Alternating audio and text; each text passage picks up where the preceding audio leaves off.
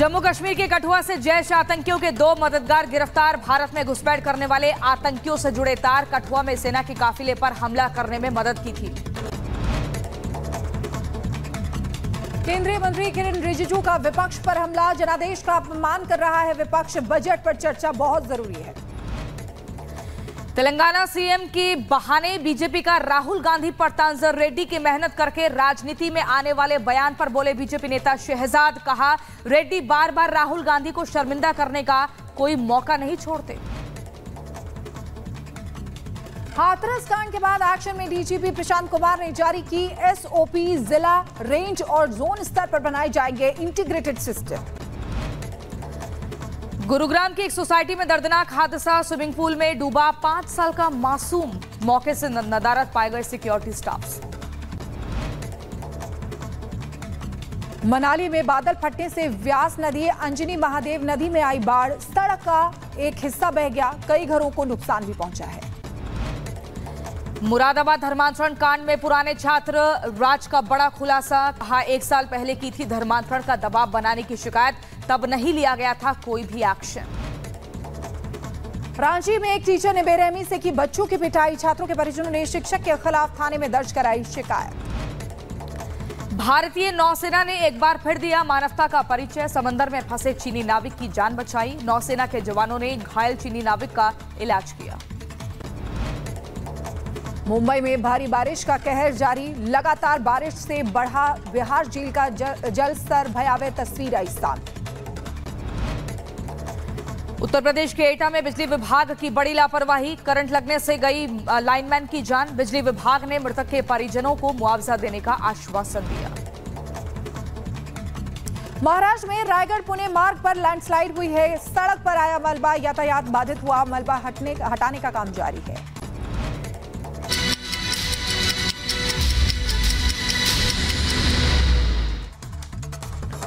तो लालू प्रसाद यादव ने नीतीश कुमार पर बड़ा हमला बोला है। उन्होंने बोला है कि विशेष राज्य का दर्जा नहीं मिला। बीजेपी के आगे सरेंडर कर चुके हैं नीतीश कुमार। ये बहुत निराशाजनक है। ये बड़ा हमला है। क्योंकि आपको बता दें कि कई घोषणाएं तो बजट में की गई थी, लेकिन विशेष राज्य के दर्जे की जो मांग है उसे नहीं पूरा किया गया। आर्थिक पैकेज, विशेष पैकेज की बात जरूर की गई उस बजट में जो बिहार के लिए दिया गया, लेकिन चूंकि लगातार शुरुआत से मांग होती रही है कि विशेष राज्य का दर्जा मिले, वो नहीं हुआ। इसी को लेकर के तंज कसा गया है लालू प्रसाद यादव की ओर से नीतीश कुमार पर। क्या कहा सुनिए।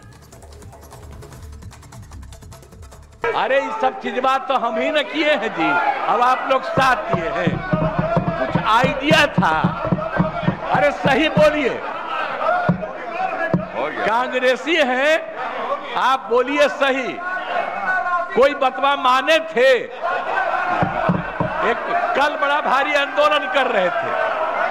आज जब हम तो 10 से आंदोलन कर रहे थे जी, बिहार को विशेष राज्य का दर्जा मिले। आपका पटिया नहीं किया। ये दोनों एक साथ थे। अब आजकल बोल रहे हैं कैसे ही काहे बोलते हैं। और हम लोगों ने केंद्र को जो कह दिया, तो केंद्र ने विशेष राज्य के दर्जा के अलावे कई तरह से करना शुरू किया लोगों को। और आप देख रहे हैं कि अतिरिक्त रूप से मदद दे रहा, और जो कुछ भी हम लोगों ने जिसके लिए कहा। नमस्कार, रिपब्लिक भारत देख रहे हैं आप। मैं हूं आपके साथ शिखा शर्मा। इस बुलेटिन में मेरे साथ मेरी सहयोगी श्वेता और प्रियंका भी रहने वाली है, लेकिन बुलेटिन की शुरुआत करेंगे बड़ी खबर के साथ। आपको बता दें कि यूपी में सिपाही भर्ती परीक्षा की नई तारीखें घोषित कर दी गई है। बड़ी खबर आपको बता रहे हैं 23, 24, 25 और 30 और 31 अगस्त को लिखित परीक्षा होगी। सिपाही के 60,244 पदों के लिए यह परीक्षा होनी है। पेपर लीक की वजह से परीक्षा रद्द कर दी गई थी। सीएम योगी ने 6 महीने के अंदर पेपर करवाने का वायदा किया था। और आपको बता दें कि 2 पाली में यह परीक्षा होने वाली है। परीक्षा में शामिल होने वाले छात्रों को फ्री बस सेवा भी दी जाएगी। और अजय दुबे इस वक्त हैं ज्यादा जानकारी देने के लिए। अजय, ये तारीख तो घोषित कर दी गई है, अब आगे की प्रक्रिया सही हो, कोई उसमें फॉल्ट ना आए, इसके लिए क्या सतर्कता होगी? देखिए, इन परीक्षाओं के ट्रेल को पकड़ा जाए अगर, तो जब पहले अनाउंस की गई थी परीक्षाएं हुई, परीक्षा देने के लिए बच्चे पूरे उत्तर प्रदेश के अलग अलग हिस्सों में ट्रेवल करके पहुंचे। ना केवल उत्तर प्रदेश, मध्य प्रदेश, हरियाणा, हिंदी पट्टी के तमाम राज्यों से बच्चे पहुंचे थे। परीक्षाएं लीक होने के बाद रद्द की जाती हैं और रद्द होने के बाद अब जब फिर से होने जा रही हैं तो जो कानूनी तौर पर ये लगातार सरकार की तरफ से अपना जो इकबाल है बार बार ऐलान करके बताया गया कि इसको लेकर सख्त कानून, कैबिनेट में भी इसको लेकर बात की गई और अब जब ये परीक्षाएं कराने की तैयारी है तो ट्रांसपोर्टेशन को देखिए फ्री कर दिया गया है, क्योंकि पिछली बार जो यात्रा थी छात्रों की उसको लेकर काफी खफा थे। चुनाव में भी ये मुद्दा उठ के आया था, तो सरकार इन बार परीक्षाओं को बेहद फ्लुएंट तरीके से करवाना चाहती है और सबसे बड़ी चुनौती परीक्षा में पर्चा लीक होने की प्रक्रिया को रोकने की है। ठीक है अजय, जैसा कि योगी आदित्यनाथ ने वादा किया था उस वादे को ही 6 महीने के अंदर पूरा कर दिया है। आप हमारे साथ बने रहिए, एक और खबर के साथ आपके पास लौटेंगे। इसी बीच अपने दर्शकों को एक और बड़ी जानकारी देते हैं। उत्तर प्रदेश के बलिया से खबर मिल रही है जहां पर भ्रष्ट पुलिसकर्मियों पर सख्त एक्शन लिया गया है। हिरासत में 3 पुलिसकर्मी समेत 20 लोग लिए गए हैं। शराब, पशु, बालू तस्करों से वसूली करने का आरोप है। बिहार सीमा पर है बलिया का नरही थाना। एडीजी वाराणसी ने सादी वर्दी में छापा मारा। नरही थाने के एसओ का कैबिन सील हो चुका है। ये बड़ी खबर आपको बता रहे हैं। उत्तर प्रदेश के बलिया में भ्रष्ट पुलिस वालों पर एक्शन। और सीधा यहां से रुख करेंगे लोकसभा पर। पहुंचती है तो आप समय समय में कार्रवाई करते ही हैं, उसको आप सदन का कार्रवाई से बाहर निकलने के साथ साथ बाकी अध्यक्ष जी आपके पास पावर है, आपके पास अथॉरिटी है कि कोई भी सदस्य इस तरह का व्यवहार करेंगे तो उसके ऊपर में उचित कार्रवाई या उचित टिप्पणी करने का भी माननीय अध्यक्ष जी के पास अधिकार है। हम अपना सरकार की ओर से ये कहना चाहता हूँ कि मैं डिटेल में नहीं कह रहा हूं, मैं यहाँ सदन में नहीं था कल, मैं राज्यसभा में गए थे, जब आया तो ये घटना हुई। प्लीज पूरी बात बोलने दो उनको, पूरी बात बोलने, पूरी आप करनी थी, नहीं कर पाए, क्योंकि मैं चाहता तो मैं डिफेंड कर सकता हूं या उसको मैं टिप्पणी नहीं कर रहा हूं। मैं टिप्पणी नहीं करना चाहता, मैं इसे इतना कह रहा हूं कि हमारा जो भी मेंबर को प्रोवोक कौन किया, किसने किया, बोला, मैं इसमें नहीं जा रहा हूं। मैं इतना ही कह रहा हूं कि अगर सदन के अंदर में उचित वक्तव्य नहीं दिया गया है तो उसको उचित कार्रवाई माननीय स्पीकर महोदय के पास है और उचित कार्रवाई माननीय स्पीकर जरूर करें।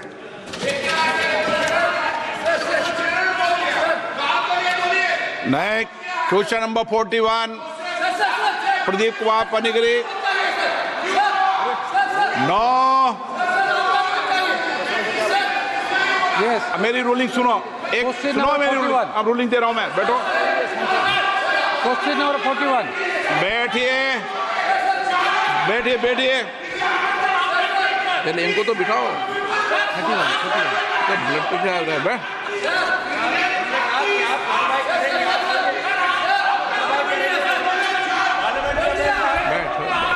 प्लीज बैठो, प्लीज प्लीज प्लीज प्लीज बैठिए बैठिए बैठिए बैठिए। 41 माननीय सदस्यगण, इस सदन की बहुत मर्यादा है, कुछ परंपराएं रही है, परपाटी रही है। हम सबका सौभाग्य है कि मैं 18वीं लोकसभा के अंदर जनता ने चुनकर भेजा है। मेरा सभी लोगों से आग्रह है, चाहे सत्ता पक्ष हो, चाहे प्रतिपक्ष हो या बीच के सदस्य हो, सभी माननीय सदस्य सदन के अंदर अपनी बात को कहें, चर्चा में भाग लें, मर्यादा रखें, कोई ऐसी टिप्पणी न करें जो सदन की मर्यादाओं के अनुकूल नहीं है और संसदीय परंपराओं के अनुकूल भी है। हम और कोशिश करें इस सदन में उच्च कोटि की परंपरा बने, प्रपाटी बने, लोग चर्चा करें कि 18वीं लोकसभा के अंदर चुनने वाले माननीय सदस्यों ने इस सदन की गरिमा को बढ़ाया, मर्यादा को बढ़ाया, इसकी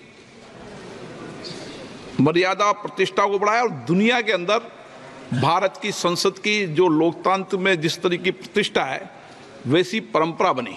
मैं सभी माननीय सदस्यों से आग्रह करूंगा, ऐसे शब्द स्पंज तो हम कर ही देते हैं, लेकिन उसके साथ साथ आगे भविष्य में ऐसा कोई भी शब्द, ऐसा कोई भी बात न तो बैठे बैठे टिप्पणी करें, न अपने भाषण के अंदर टिप्पणी करें। एक और आग्रह करूँगा कि मैं फिर आपसे आग्रह करूँगा, कभी आसन से बहस और चुनौती देने का काम भी नहीं करें। मैं आपको पुनः आग्रह कहता हूँ, और हम जितना आसन का, सदन की गरिमा रखेंगे, उतनी प्रतिष्ठा आप लोगों की भी अपने अपने क्षेत्र में बढ़ेगी कि संसद के अंदर बोलने वाले नहीं, मैंने कह दिया है और चेतावनी दे दी है बहिष्कार के लिए। मैंने जब सदन से कह दिया, फिर ऐसा नहीं है, मैंने आपको बता दिया, अब मैंने कह दिया, ठीक है।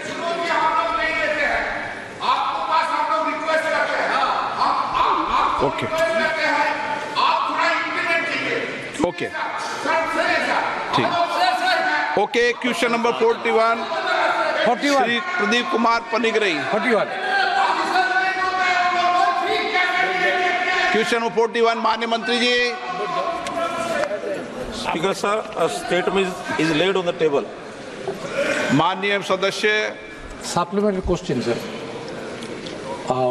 The Honorable Speaker, sir, will the Minister elucidate the House regarding what measure will the government implement to ensure the transparency, accountability and equity in the carbon trading schemes, particularly in the verification process of carbon credit, while preventing abuses like under-reporting emissions and greenwashing, and how can blockchain technology will be leveraged to enhance tracking and verification, all while fostering participation across all sectors in aligning with India's broader environmental goals. Speaker sir, जहां तक इस mechanism के implementation का राशि आपको कब प्राप्त हुई थी विभाग को, और जितना अभी आपने वितरण किया है उसमें कितने दिन लगे हैं, और इसके वितरण में और कितने दिन लगेंगे, जबकि आपका इसी प्रकार की स्थिति सिवान NH 227A की है, इसी प्रकार की स्थिति कटिहार का NH 131A का है। इस प्रकार से दर्जनों NH की सड़कें भू अर्जन पदाधिकारियों के सुस्ती के कारण फंसे हुए हैं। और महोदय, पूरा की मैं पूछ लिया हूं महोदय, मैं पूरा पूछ लिया हूं। बैठिए माननीय मंत्री। अध्यक्ष महोदय, मैंने अपने उत्तर में स्पष्ट किया है कि 40 करोड़ 82,45,422 रुपया तो कुल जो है इनका पश्चिम चंपारण NS 727 के लिए आया था, लेकिन उसमें सरकारी भूमि का रैयतीकरण अस्वीकृत होने के कारण 23 करोड़ 67 लाख रुपया ये सरकारी भूमि का पैसा था। मात्र 17 करोड़ रुपया ही जो है भूस्वामी को भुगतान करना था, और इस 17 करोड़ रुपया में हमने 4 करोड़ 81,41,019 रुपया भुगतान कर दिया है। और जो पैसा अभी भुगतान नहीं हुआ है, जो चिंता माननीय सदस्य का है कि अभी तक ये भुगतान क्यों नहीं किया गया, मेरी भी जानकारी में ये बात आई कि इस भुगतान में इतना समय नहीं लगना चाहिए था। इसलिए हमने जिला पदाधिकारी को एक पत्र निर्गत किया है कि आप स्पष्ट कीजिए कि इस भुगतान में इतना देरी क्यों हो रहा है, और उसकी प्रतिलिपि। बड़ी खबर आपको बता दें, विपक्ष पर संसदीय कार्य मंत्री किरेन रिजिजू का हमला। उन्होंने कहा कि कल देश चाहता था बजट पर सार्थक चर्चा, विपक्ष ने बजट सत्र की गरिमा को गिराया है, विपक्ष ने जनादेश का अपमान किया है। उन्होंने ये भी कहा कि विपक्ष ने प्रधानमंत्री को गाली देने का काम भी किया है। आइए सुनते हैं। ऐतिहासिक तीसरी टर्म का पहला बजट पेश होने के बाद देश ये देखना चाहते हैं कि बजट पे चर्चा अच्छी तरह से हो, सार्थक हो, ये सब चाहते हैं। कल अपोजिशन पार्टी के कुछ मेंबर, खास करके कुछ दल के नेताओं ने जिस तरीके से बजट के समय में टिप्पणी की और जैसे भाषण दिया, मैं उसको सबसे पहले तो खंडन करना चाहता हूं कि बजट सेशन का गरिमा को नीचे गिरा करके इन्होंने सदन का अपमान भी किया है। दो चीजें विपक्ष के लोगों ने किया है कल। पहला तो देश का जनादेश, जनता का जनादेश को अपमान किया है और प्रधानमंत्री जी को गाली देने का काम विपक्ष के लोगों ने किया है। विपक्ष